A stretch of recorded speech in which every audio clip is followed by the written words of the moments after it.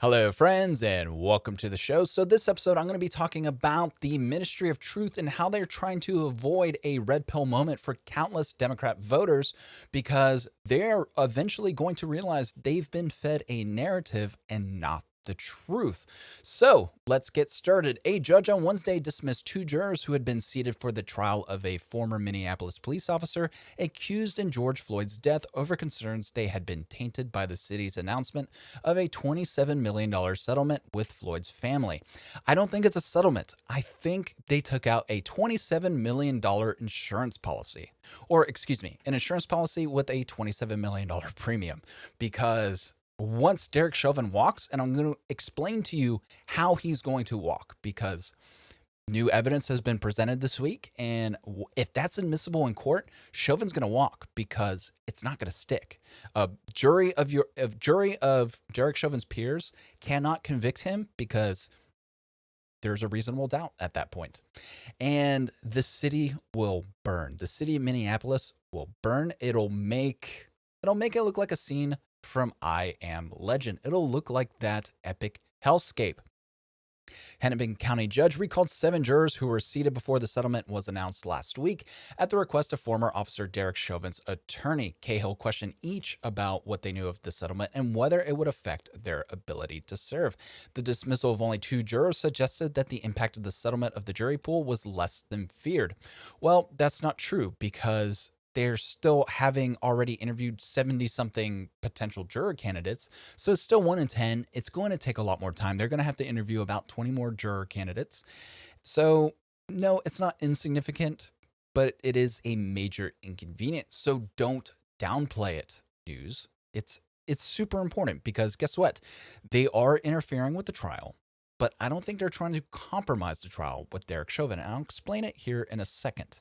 But Nelson, Derek Chauvin's lawyer, called the timing of the announcement in the middle of jury selection profoundly disturbing and not fair. And I'll have to grant that to him. It is disturbing because they're admitting guilt, right? They're settling, they're saying, "Hey, we did something wrong, so we're paying you out." And not only are they paying them out, it's what's especially strange is they're announcing how much was paid because usually it's just an undisclosed settlement, right? But they're saying $27 million. And that's why I think it's an insurance policy because when Derek Chauvin walks, because the charges aren't going to stick, and I'll explain why again here in a second, they can say, "Hey, don't burn down the city. Please remember, George Floyd's family received $27 million. Remember, you received that $500,000 for the George Floyd Autonomous Zone. So don't burn down our city. You got justice. You received $27 million. There was justice. You just didn't receive all the justice you felt you should have received." So that's why I think that they settled with George Floyd's family before the trial even took place, because once Derek Chauvin walks, there would be no settlement because the evidence that's going to be presented is fairly damning to the prosecution. And there's no way these charges can stick, friends. There's no way these charges can stick. Let's jump over to the next article. But before we get there, how about you smash that like button, subscribe to the channel if you haven't already, and please go to notcensoredyet.com and have a look around. So from LA Times, Minneapolis, a lawyer for the former Minneapolis police officer who pressed his knee against George Floyd's neck wants to bring up Floyd's history of drug use and a previous arrest in an effort to show jurors that Floyd was partly to blame for his own death. A prosecutor says that Floyd's past is irrelevant and that Derek Chauvin's lawyer is trying to smear Floyd to excuse his client's actions. Chauvin is charged with murder and manslaughter. Now it's up to Hennepin County Judge Peter Cahill to decide the crucial question of how much the high-profile trial will revolve around Floyd's own actions on May 25th when the black man was declared dead after Chauvin, who was white, pressed his knee against his neck for about 8 minutes. The judge previously rejected Chauvin's attempt to tell the jury about Floyd's May 2019 arrest a year after his fatal encounter with Chauvin, a year before his fatal encounter with Chauvin, but heard fresh arguments Tuesday from both sides. He said he would rule on the request Thursday. Defense attorney Eric Nelson argued that new evidence make the earlier arrest admissible. Drugs were found in December during a second search of the car Floyd was in and were found in a January search of the squad car into which the 4 officers attempted to put Floyd. He also argued the similarities between the encounters are relevant. So this is important. So keep track of these similarities. Both times, as officers drew their guns and struggled to get Floyd out of their car, he called out for his mother, claimed he had been shot before and cried, and put what appeared to be pills in his mouth. Both searches turned up drugs in the car. Officers noticed a white residue outside his mouth both times, although that has not been explained. In his first arrest, several opioid pills and cocaine were found. An autopsy showed Floyd had fentanyl and methamphetamine in his system when he died. So the dude was a walking pharmacy. The similarities are incredible. The exact same behavior in 2 incidents, almost 1 year apart, Nelson said. Again, that's Derek Chauvin's defense attorney. Paramedics who examined Floyd in 2019 warned him that his blood pressure was dangerously high, putting him at risk for a heart attack or stroke, and took him to a hospital for examination. Nelson argued that shows Floyd knew that swallowing drugs might result in going to the hospital rather than jail. But prosecutor Matthew Frank argued that evidence from the 2019 arrest was prejudicial. He said the defense wants it as a backdoor way of depicting Floyd as a bad person. He calls it a desperation of the defense to smear Mr. Floyd's character, to show that what he struggled with, an opiate addiction, like so many Americans do, is really evidence of bad character. So let's jump over to the next article. So he's basically saying, well, why should his history of drug use and swallowing pills while being arrested be admissible in court? Well, he has a history of swallowing pills. He has a history of having done exactly what had happened that day, and just what had happened that day, he just happened to have overdosed. So you can make the argument that even with Derek Chauvin not having put his knee on his neck, he could have just died laying on the street. He had asked to be put down on the street. So again, it's going to be hard to convict with a jury of his peers. Next article, Chauvin's attorney says he and other lawyers found George Floyd's drugs in the back of police car. During routine motions Monday afternoon, Derek Chauvin's attorney Eric Nelson revealed that investigators apparently missed something in the back of the police car officers tried putting George Floyd into the evening he died. It was very apparent that he was in Squad 320, it was very apparent what was in Squad 320 was controlled substances. The Minneapolis Police Department squad car has been in storage at the Minnesota Bureau of Criminal Apprehension garage pending this trial. One day a couple months ago, Nelson, along with the other defense attorneys and some staff members, went there to look over the car. Inside, Nelson said they spotted some chewed up pills and a full pill, and the state tested them. They are, in fact, methamphetamine and fentanyl, and they contain the DNA of George Floyd. The implication is that the drugs were in Floyd's mouth, and he spit them out when the former officers were trying to place him in the police car. The state has given no explanation how the BCA could have missed the potential evidence. Well, one potential reason would be the slashing of the police budget, right? If you don't have enough cops to investigate crimes, then you're not going to have enough cops to even look into the George Floyd death. So maybe don't defund the police? Nelson brought it up Monday in the court of arguing for the 2019 arrest of George Floyd to be allowed as evidence, which Judge Peter Cahill said he most likely will not allow it. But the drug evidence itself will likely play a key role in Chauvin's defense. They plan on claiming Floyd died of a drug overdose rather than from Chauvin's knee on Floyd's neck. In December, the BCA had to search Floyd's car a second time because they failed to collect some pieces of evidence. According to a search warrant, they ended up finding fentanyl and meth. Well, that seems extremely important. That seems extremely important to relay to the American people. But of course they didn't, because that doesn't follow the Ministry of Truth's narrative. It does not perpetuate the narrative. And that's the problem. And I believe this is going to be a red pill moment. Once people find out that they had been lied to for over a year to push an agenda. And they pushed the agenda rather well. So let's see another agenda that they're trying to push right now. Well, it looks like Democrats are trying to literally steal a House of Representatives seat from Iowa. House Democrats weigh ejecting GOP winner of contested Iowa race, dismissing comparisons to Trump's effort to overturn election. Well, how are you going to dismiss it? How are you going to dismiss it? Because guess what? Trump was unsuccessful. If House Democrats are successful, then Democrats are successful at undermining the democratic process while Trump wasn't. So apparently Democrats are more competent at undermining democracy than Trump was. Just like Joe Biden's more competent at throwing kids in cages than Trump was. So there you go, Democrats. How do you like them apples? How do you like this red pill moment, guys? House Democrats are undeterred by the mounting GOP criticism over the review of a contested congressional race that could potentially overturn a state-certified Republican victory in southeast Iowa, brushing back attacks they are seeking to subvert the will of voters just months after lambasting former President Donald Trump for trying to reverse his electoral defeat. While Democrats say what's happening in Iowa's 2nd congressional district is nothing like Trump's lies about widespread fraud and stolen election that ultimately led to the January 6th attack on the U.S. Capitol, they are aware of the optics of potentially booting out a member of Congress from the opposing party who was declared the winner by bipartisan state election officials. So it wasn't just election state officials, it was bipartisan state election officials who announced that this GOP congresswoman would be sent to the House of Representatives. Maryland Democrat Representative Jamie Raskin, who led the House impeachment case against Trump after the insurrection, said the bar for overturning House election has the same high standard invoked in the presidential race. He said the challenger, Iowa Democrat Rita Hart, has the statutory burden of proof to sustain. The critical thing is when you go to a judicial forum, bring some proof, bring some evidence with you. No, it's not. She doesn't have the same burden of proof. Because guess what? Can Donald Trump go to the Supreme Court and try to overturn the 2020 presidential election? No, he can't. Because Joe Biden is the president.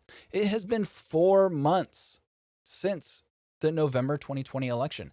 And Democrats are trying to steal the election, trying to steal this election from Iowa. And it's disturbing. This is undermining democracy. This is literally how you steal an election. You have a by the skin of your teeth majority in the House of Representatives, and you're going to use that majority to flip seats unconstitutionally because you're going to change the rules. You're going to make it only benefit your party.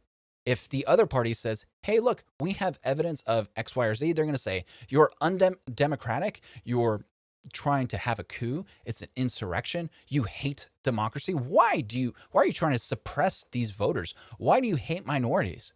Why are these Democrats trying to suppress these 196,964 voters who voted this Republican into office? That's what they're trying to do. They're trying to silence those voices. They don't care about you. They care about power. And they will take that power at the cost of your freedom. Don't forget that. But Harts' campaign has argued that if 22 other legally cast ballots are counted, she would win the race by 9 votes rather than lose by 6. The campaign has released a couple of voter testimonies claiming that their ballots were improperly tossed because of issues with the envelopes. Well, it sounds pretty similar to some of the claims Trump had made during the 2020, but he was a threat to democracy. But obviously, this is just benefiting democracy because it benefits Democrats. See the difference, guys? I'm all for just one standard. If we want to have the standard that you can't question the results of an election, then nobody is allowed to question the results of an election, especially 4 months after the election. After basically exhausting every level of appeal, now she's going to the House of Representatives so they can flip it? That's bananas.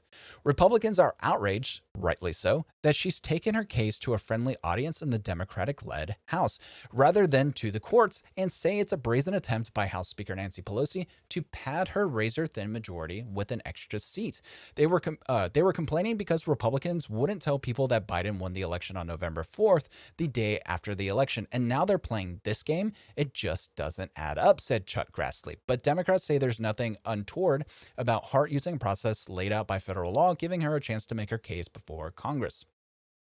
We can't be concerned about optics, said North Carolina Rep. G.K. Butterfield, who sits on the House panel considering the challenge. We've got to review the evidence and see where it leads us. Well, why couldn't you review the evidence and see where it led us with Trump's claims? But no, you said that was an attack on democracy. Do you see the double standard? Just one standard, guys. If it's okay to look at the evidence and see where it leads us, then everybody should have the opportunity to have the evidence looked at. Because guess what? The court said she didn't win. Just like the court said, we're not going to look at Trump's cases. So there we have it, guys. It should be hands washed. It's all said and done. But no, they want to bend and twist the rules to only benefit them. It's going to be a red pill moment once Democrats find out how, and it's going to be real interesting to see how they justify this, attack on the democratic process of American politics. Because again, what about all the minorities who voted for that congresswoman? Are they trying to suppress the vote? It's just disgusting, guys. Come on. There's a process. She exhausted the process. Then guess what? It's time to drive on. In 2 years, you can run again in 2 years. It's the House of Representatives. I don't understand what the issue is. But the issue is going to be Republicans are going to pounce on this. They're going to seize on this opportunity to say, see, the Democrats don't care about democracy. They care about power. They care about taking power from the people. It's important. It's important to be consistent because being inconsistent leads to red pill moments like this. So maybe it's good that they're being inconsistent, I suppose. The lawyers for the two sides have until Monday to send their initial briefs to a House panel. Democrats could then face a controversial vote just months after defending the state officials who certified the 2020 presidential election. Some Democrats may be uneasy at the prospect. California Representative Lou Correa, a Blue Dog Democrat who sits on the Judiciary Committee, said he wanted to look at the facts about what motivates Congress to look at something that should be a state issue. It is a state issue. I want to see what compelling reasons there are for feds to get involved in this. I think there are issues that right now are probably best left at the state level. The vote could be particularly tricky for Democrats like Rep. Jared Golden of Maine and Cindy Axne of Iowa, who could face difficult re-election races in 2022. Golden, who narrowly defeated a Republican incumbent in 2018, who challenged his loss in court, told CNN that he did not have a problem with the House Administration Committee's actions so far. So you can see the double standards. If Republicans fight, then they're undemocratic. They're trying to suppress the minority vote. If Democrats do the same exact thing, if they make the same exact claims, and they're doing it months later after she had been seated, right? She had been certified and she had been seated into office, and they're trying to strip her of that title. What is more banana republic than that? What is more fascistic than that? What is more authoritarian than that? Because it is going to be one party rule, because that one party that's in charge, by the narrowest of margins, will do whatever it takes to maintain control. And you see it happening now. So if they're willing to do this now, right in front of us, what do you think they're going to do in a year and a half when it's time to vote for the midterms? What do you think is going to happen? If they're willing to do this, they're willing to do anything it takes to win. And it's going to be 10 times worse during the midterms, and it's going to be 1,000 times worse during the next presidential election. It's bananas. Don't let them get away with this. You need to let people know. You need to share this information. You need to get the word out, because this sort of hypocrisy is undemocratic. It's undermining democracy. You can say that right now they're being insurrectionists. They're being secessionists. They're seceding from the Union. They're no longer abiding by the Constitution.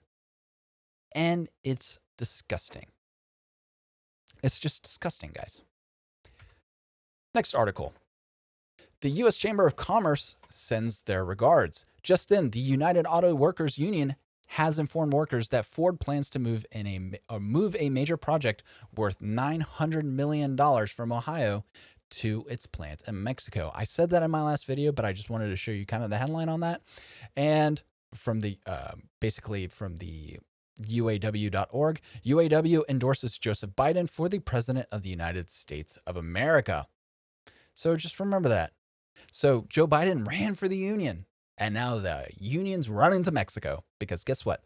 Now that they can pay people $2 an hour, Ford is going to save a bunch of money and screwed over all those union workers.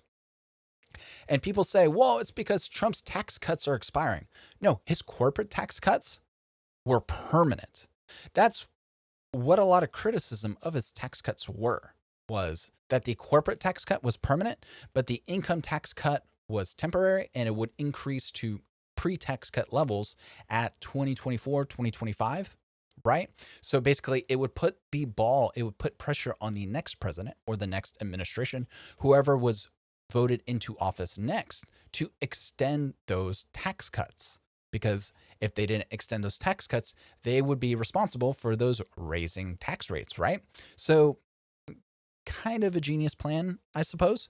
So technically, it's not Trump's fault because corporate tax rates didn't go up. It's Biden's fault because Trump basically said he went to companies like Ford and said, I'm going to basically put a tariff on Ford vehicles that you make in Mexico of 30%. I'm going to make it so expensive for you to bring those vehicles into the United States that nobody will buy your car and you will go out of business. So move your factory back to America, hire Americans at a livable wage. You will make less money. You will make less profit, but the U.S. will be better. The U.S. will be stronger. It'll be better for everybody with the exception of your corporate shareholders. And now that that one policy, and that never happened before. Trump was the first president who ever stood up to these large multinational corporations, basically saying, hey, if you don't build it here, I will tax you to death. And actually doing it in a legitimate way. He's not taxing them to death for the reason of just having existed, right? Like what a lot of progressive Democrats want to do, where they say, oh, we should be taxing these billionaires at 90% because they have the money for it. No, because that's not really, you're just penalizing them for being successful. No, Trump was penalizing this company for basically taking advantage of tax loopholes and screwing over American workers in American cities, using super cheap labor in these countries like Mexico or China, and then for free importing the vehicles back into the United States and then selling them to Americans. So basically he was like, no, you're not going to do that. I will tax you to death. No one would want to buy your vehicle because it will be so expensive. It was a genius play by Trump. But unfortunately, Biden is weak. Biden is an empty suit. Biden is corrupt. Biden is just a paid off politician. And let's get to the final story. I'm sensing a pattern here. Biden says if Warnock and Ossoff are elected, those $2,000 checks will go out the door. Stimulus checks. Here's who gets a $1,400 payment under Biden's stimulus bill. Biden pledges no new taxes on incomes under $400,000. Mom and pop businesses. Biden tax hike could hit people earning $200,000, White House clarifies. So all the promises, like I said, all these promises Biden had made, were a lie. He tricked you into voting for him. If you voted for him, if you felt like you couldn't vote for Trump because you're a Christian and good Christians could never vote for someone like Trump, well, would good Christians just starve little kids in cages? Well, obviously, good Christians like Joe Biden would do that. Would good Christians be corrupt? Well, Joe Biden's corrupt. Oh, actually, one last story. I was kidding on that one. We're seeing people on the list that they've put as a COVID death that have tested positive 9 months ago that have since recovered that have died from other issues unrelated to COVID. State officials have recorded 21,000 COVID 19 deaths in Illinois since the outset of the pandemic. The Centers for Disease Control and Prevention listed 20,000 deaths through the end of February in Illinois, where COVID 19 was listed among multiple causes. Of those deaths, about 1,800 or 9.2% had COVID 19 listed as the sole cause of death. That percentage is higher than it was in September 2020, when the rate was about 6%. But a county coroner is calling for a full audit after reviewing some of the deaths in his county. My concern is I've reviewed several cases, about 10 of them here in Monroe County, 10 out of 100, that the state has deemed COVID related, and none of them had underlying conditions or contributing factors to COVID. Monroe County Coroner Bob Hill said, "So my concern is no matter when the person was tested positive, the state is automatically giving them a death classification as related to COVID." He said one case in January was an accidental drug overdose, but the descendant had a tested positive, but the deceased had tested positive for COVID-19 in October. So that was a typo in the article. As soon as the death came across to the state, they went ahead and classified and put a statistic as a COVID death. The Illinois Department of Public Health said coroners with questions about death classification information should contact state officials. A confirmed or probable COVID-19 case will be considered if death is within 30 days of symptom onset, among other factors, the department said. Hill said that that has not been the case in Monroe County. This is just a weirdly worded article. I'm sorry, guys. We're seeing people on the list that they've put as COVID death that have tested positive 9 months ago, that have since recovered, that have died from other issues unrelated to COVID, Hill said. All these numbers look, we've been in an emergency, we've been in a pandemic. Everyone is trying to do the best they can. There's no desire on anyone's part to record more or less deaths. There's just a need to record what's being given to us as data from the counties. Hill called for an audit. They'll automatically put a statistic out there of a COVID death when it hasn't been confirmed what the cause is. So the only assumption I can make is the hope of the state is seeking some federal money coming down the system for all numbers of deaths we've had due to COVID-19. That's the only thing I can assume. Why else would you want to inflate numbers, especially related to COVID? So what happens if it turns out that maybe they didn't have 20,000 deaths? What happens if they retest all these samples, especially with the new critical threshold guidance that the CDC has put out? So if we can retest these samples from these COVID deaths, these 500,000 COVID deaths around the country, and it turns out, actually only 200,000 people died from COVID. Will Trump have still been a mass murderer? Will Biden still be a mass murderer? So please tell me what's going to happen, because this is important. We need to figure out the truth. The truth is extremely important. We can't believe in the narrative because the narrative is what they want us to believe.